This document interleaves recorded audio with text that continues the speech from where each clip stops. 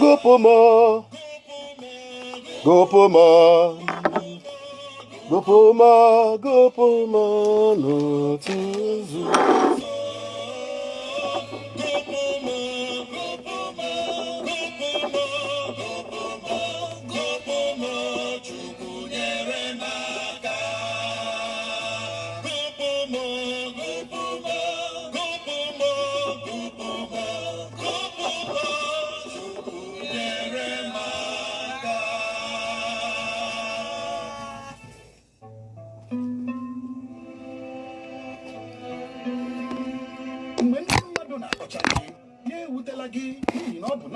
Osisi mmiri mkpụrụ ka ụmụaka na-atụ okwute. Agwa ịkpasoro mmadụ ibe gị nwere ụgwọ ma ọ bụ agwa ọma ma ọ bụ agwa ọjọọ. Ekwukwala na gị na mmadụ nwere nghọtahie mebie aha ya. Ejikwala obi ilu mmetọọ ugwu mmadụ ibe gị n'ihi na mkpụrụ onye kụrụ ka ọ ga-aghọrọ. Ihe iji tụọrọ mmadụ ibe gị ka a ga-eji atụnyere gị. Nwanne m, egbakọ n'ụmụ ụwa tinye gị n'ime ihe na-abụghị obi gị. N'ihi na chi anyị awụ otu, akara aka anyị awụ otu. Ngwa ma abụ deredu na-ele anya tụmụ ihe onye metara ya jiri isi ya bụrụ. Isi kotere ebu ka ọ na-agba. Abụ m Chinụsụba n'Nsụnkwa Osisa FM Owerri. Adịmma Igbo Chineke kelụmachọ ezimma pụrụ iche Igbo dosam. Eji m n'aka na ebe ahụ na ugbu a dị na ha enwetala onwe gị otu a ka m si anabata gị kpọmkwem n'oge ndị Igbo Lozisa 96.1 FM ma Owerri Owerri ihe Owerri Owerri ihe Owerri Owerri ihe Owerri ịbata Owerri Owerri gị ịbata Owerri Owerri gị Igbo tụ aka ebe nwata na-ebe akwa tụ aka nne ya anọgo ya nna ya anọrọ ya o takiukwu alala okporo ịma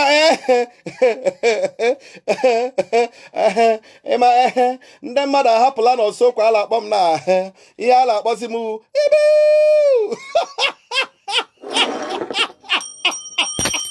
onweghị m na-agaghị ahụ n'ọrụ a ahapụla n'Osokwa n'Oso prapara n'Oso girigiri ha hụsịa m etie ibu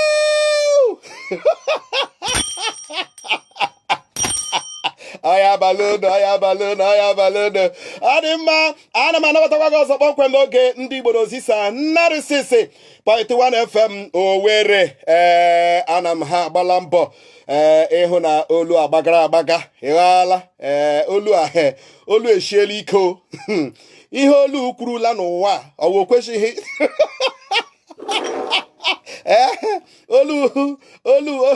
olu tachiga m ihe olu kwurula n'ụwa o kwesịbeghị ịtachi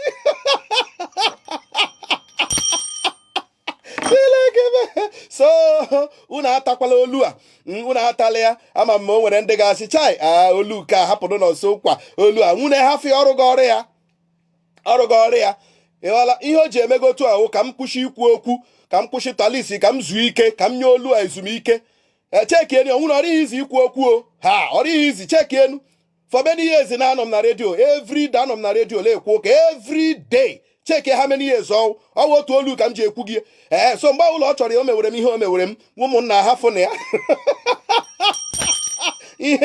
ihe olu kwurula n'ụwa ya wụrụ nwaanyị iri ma ọ ga-amụ atọ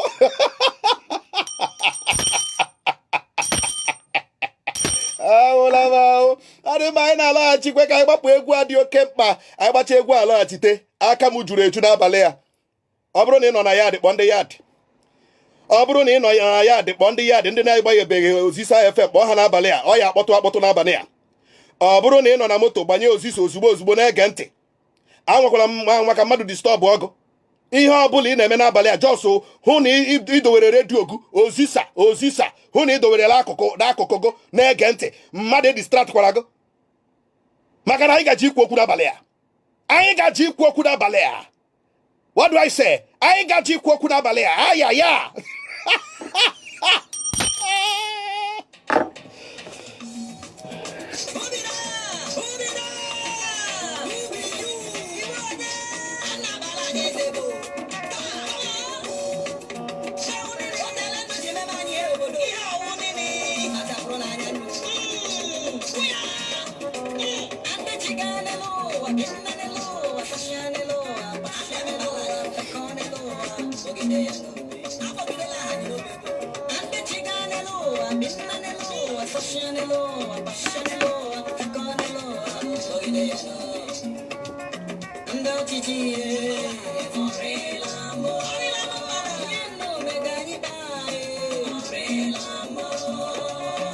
Hello, where am I?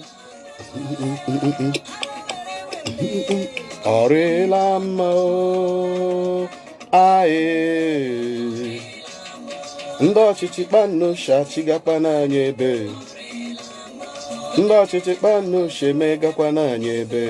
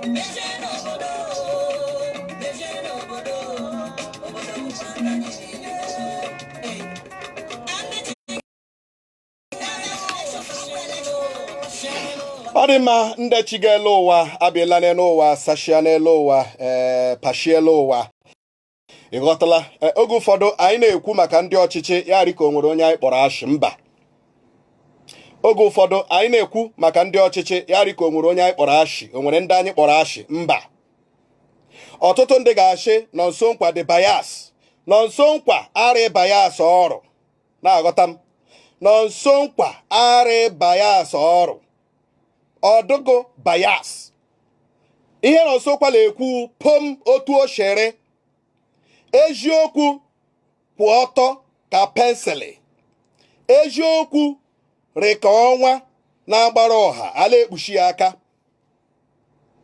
ọchịchị anyị hụga na steeti Imo Ugbulaka n'ịgbakwa gị ike wee eziokwu ọwụhụ ihe ndị motoro anya ihe bụ agwa gị with the truth ihe anyị hụga Ugbulaka n'ebe ọchịchị chiga steeti Imo na Ugbulaka ọwụhụ exactly ihe ndị motoro anya n'aka ha anya ga-ekwu okwu multiple taxation anya ga-ekwu okwu ndị a ga-apụta ndị eke eweta akwụkwọ asị gị kwụọ ụgwọ nke otu ndị ọzọ ewetakwa akwụkwọ ofu ihe aha sị gị kwụọ ndị nke ọzọ chịkwa gị kwụọ otu ndị ọwụkwa ewetakwa akwụkwọ si gị kwụọkwa gị kwuo ha sị gị na ndị eke hụrụ iche ndị eke ha na-arụ uke ha ndị eke a na-arụ uke ha multiple taxation gị hụ ọtụtụ ejenti ọtụtụ contractors ọtụtụ ihe niile a na-awagharị n'ime Owerri awagharị na gburugburu Owerri Ọjị Amakọhịa Akwa Akụba Egbu everywhere a na-agagharị weta akwụkwọ nke tụọ ke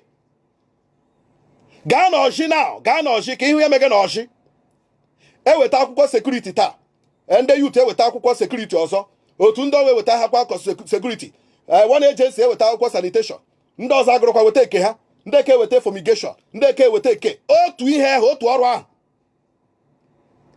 ndị Imo ha ga-agbaragala na-agbaraga na steeti ahịa m shima jụrị nọ n'abalị ya. Ndị mmadụ atagbuola onwe ha n'ahụhụ na steeti ke. Ndị ahịa atagbuola onwe ha n'ahụhụ. Ndị ọrụ aka atagbuola onwe ha n'ahụhụ.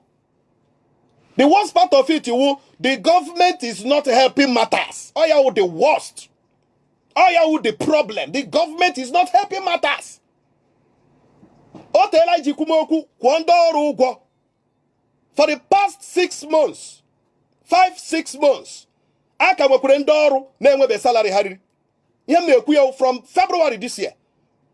February, March, April, May, June, July, ọkwa August ka anyị nọ ihe. September wee chi. 8 months. 8 good months. So when they need a salary. You know, ajụọla m ajụjụ many times. Jụọ ya many times. Allocation no na-eke na federal na Abuja. Ọwọ na-erute ebe. You know, anyị ajụọla ajụjụ many times on radio. Allocation, monthly allocation na-eke na Abuja. Ọwọ na-erute nke steeti Igbo. Ọ ya ruo Imo n'aka mafee Imo nye ndị ọzọ siela azụ. Ihe we ha jụga. Eche m na onye jụgo dịrị ajụjụ ọjọọ. Eche m na onye jụgo ajụjụ monthly allocation for local government, monthly allocation for state. Ma o rutegekwa anya aka, eche m na onye jụgo dịrị ajụjụ a na o mege gịnị na ọ jụga ajụjụ ọjọọ. Mba. Ọ jụga ha ajụjụ ọjọọ. People are dying quietly. Many people are dying silently in this state. Amara na m ndị nkuzi ezigbo agụrụ ji aka ugbulaka. As I'm talking to you. Di we onye nkuzi, nwaanyị we onye nkuzi. Amara m ndị no agencies and parastatals and ministries of parastatals enwere na this state. They are dying of hunger quietly. The worst part is that most of them kama ego eji azụ Panadol. Ego eji azụ ọgwụ isi ọwụwa ha enweghị ya n'ụlọ ha. Ndị ekwenu nwere ụmụaka ha nyega nri. Ndị ekwenu nwere ụmụaka ha ga-akpọgakwa ụlọ ọgwụ ma ọ bụrụ na ha adịghị ha mma.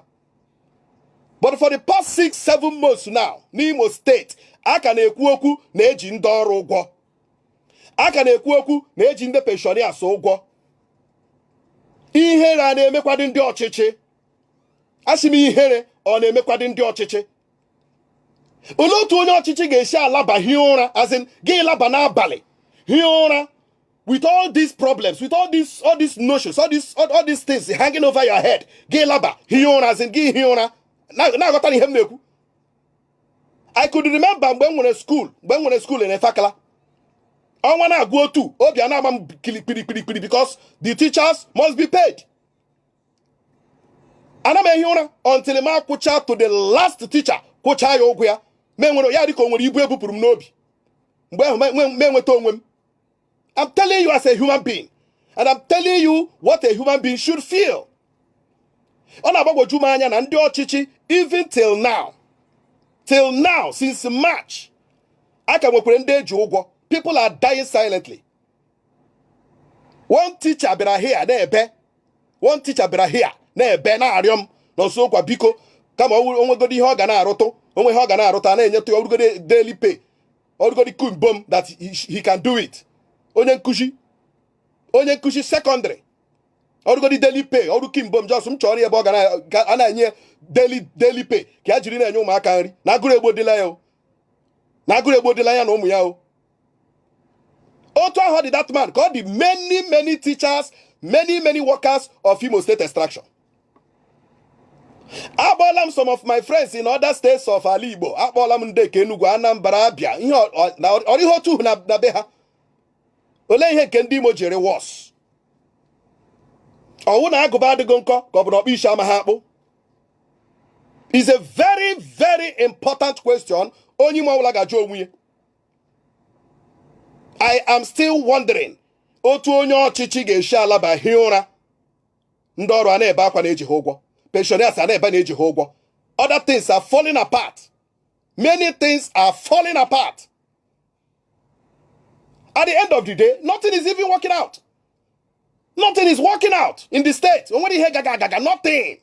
onye ọbụla bịakwara epetiri gị okwu chi gị akwa a na-eme nke a na-eme nke nwanna onweghị ihe gaganụ ho ha. Nothing is happening. Let me tell you, until anyị ebidokwu eziokwu na this state, ọ ya na steeti arịla mma. Ihe m chọpụtara n'Imo steeti mụ na gị na-abọwo, anyị nwere a whole lot of ndị mere n'ihu gwọpịte n'azụ. Ọwụ ihe gbuge steeti a.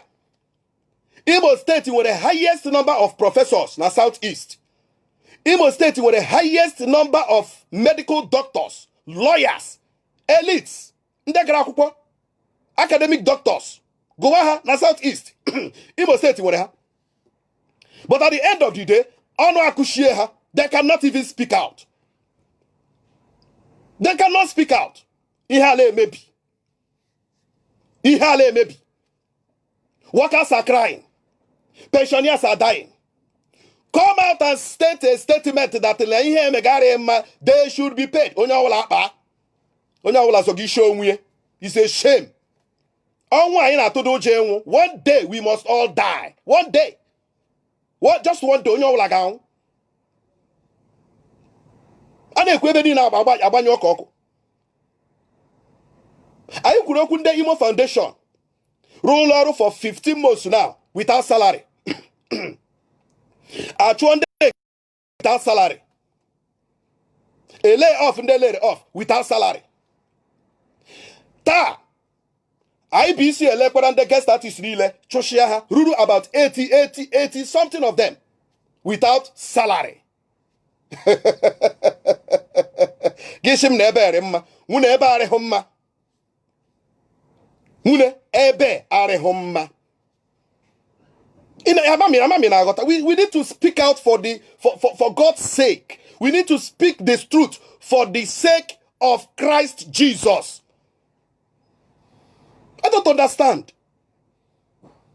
Ngwalenu, alagamo ọrụ n'ụtụtụ. Ọgụ anaghị n'ahịa egbe ada. Ọgụ hioga n'ahịa egbe ada. Emere election. Election emere, agaghị ajọkụ, jeme election ekwesịrị ime n'ime ahịa. Aga ahịa Joko Center. Mee election ekwesịrị ime n'ime ahịa egbe ada. Agara m dị n'ụtụtụ a ebe dị na-ekwụga. Ọ na-akpọtụ. Ị na-aghọta?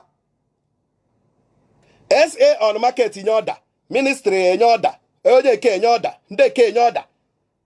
O nweghị ihe mere taa n'ahịa egbe ada na imposition of leadership. Look at it. Anọ ebe a na-eme election. Unu ahụtụla ebe emega election, disqualify ya ndị mega election. Ndị garala screen no. Ndị gbachara form. Passicha through the processes of whatever. And Rosian game again election on the day in the middle of election. In the middle of election, a disqualify ya mmadụ abụọ ya afọ otu onye.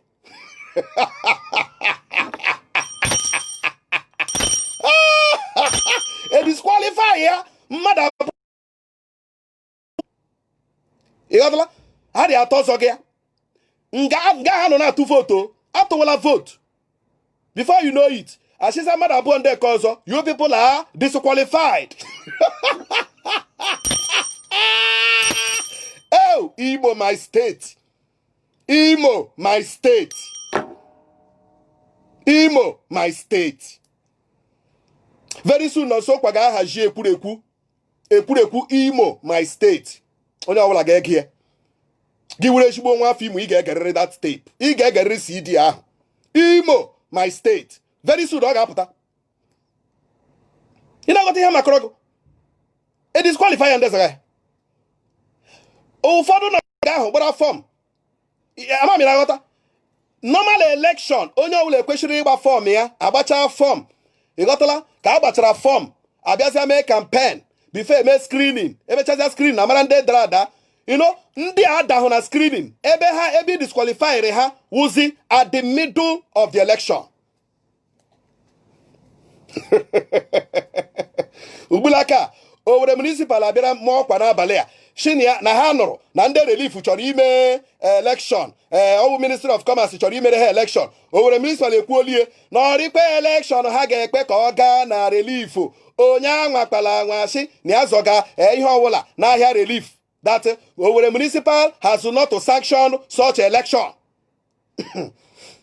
Mana Minister of Commerce ekwule na a ga-enwe election. Ụmụnna leno isi na-ekwu ọzọ, ọ nọ na-ekwu ọzọ isi ahụ ọkwa otu isi. What is even happening? Ndị niile gọvanọ mere appoint, some of them are confused. In fact, some of them amahọrọ. I'm sorry to say it. I'm sorry. But it is truth. It's the fact. O nwere ndị ka enyere ọrụ na gọọmenti a na-amahụ left and right ha. You know, they don't know their work. Onye nke ekwurula ebe, onye nke ekwurula ebe, onye nke a na-azụ ebe, onye a na-azụ ebe. Onweghị onye ma statutory function ya, statutory responsibility ya, statutory duty ya, onwe onye ma ya. Ọ apụta ebe egbuchara, apụta ebe egbuchara, apụta ebe egbuchara. All na this state ka anyị hụrụ a government appointee lara a journalist phone ye because na journalist cover meeting ndị pensioners mege na Hero Square. Ya nana a journalist phone ye seize ye. By the time ọ ga-enyeghachi the journalist phone, o weshichichana, o wipe all out, o flash yala ihe niile nọ na phone onye journalist nye okokoro phone. Ọ na steeti a ka o nwere ike ime agba nkịtị. Ọ na this state ka o nwere ike ime agbachi nkịtị.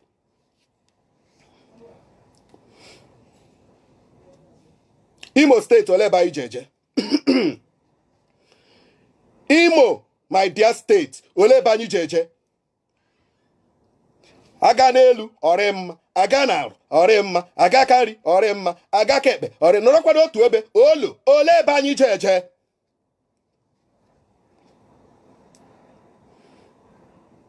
I am just advising this government. Ọ bụrụ na enwere ihe a ga-eme overhaul, if there is any need for overhauling, enwe need for overhauling of all commissioners, shime. Enwe need for overhauling all appointees, shime. At least anwala ha for 8 months, ekwa ma 3-4 months. Anwatula ha. Imana what who can do what he can do and who can do what she can do. Imana onye ga-emenwu ihe ọ ga-emenwu. Mara kwa ndị butegela ọchịchị ahụ ọjọọ. Enwe ndị butegela ọchịchị ahụ ọjọọ, aka na chi steeti Imo, lee ndị dị otu ahụ wezuga ha n'akụkụgo. I'm telling you. Mana the statutory duty of the governor is to settle salaries and wages of workers and pensioners. Ihe waru governor. Arịrịọ ka anyị na-arịọkwa o. Arịrịọ ka anyị elekwula otu olu mmiri. Yọala, elekwula otu olu mmiri. Arịrịọ ka anyị na-arịọkwa, na-arịọkwa ọchịchị steeti Imo. Na-arịọ aka na chi steeti Imo, Senator Hope Uzodimma. Lee ndị ọrụ nọ na steeti Imo, ọ bụrụ na onwebeghị onye gwara gị ya, nọ nso nkwa gwaga gị ugbula aka na ndị ọrụ obodo nọ na steeti Imo na-anwụ anwụ. Ndị pensioners na-anwụ anwụ. Ọ bụrụ na ndị gbara gị okirikiri gọvanọ anaghị agwa gị ya, ana m agwa gị ugbu a. Pensioners are dying. Imo workers are dying. Onwe onye ga-agwa gị ka ahụ. Ihe a ga-agwa gị wụ otu isi achịtaga, otu isi wuru onye na-emeji ihe, otu isi wuru ezigbo mmadụ, otu isi wuru ka ọzọ. Praise singers egbuola ọtụtụ government of this country. Praise singers. Hypocrites. Hypocrites. Ọ ihe juru na government anyị. You cannot be praising me when I know that I'm owing workers. You cannot be praising me when I know that I'm owing pension. We remain.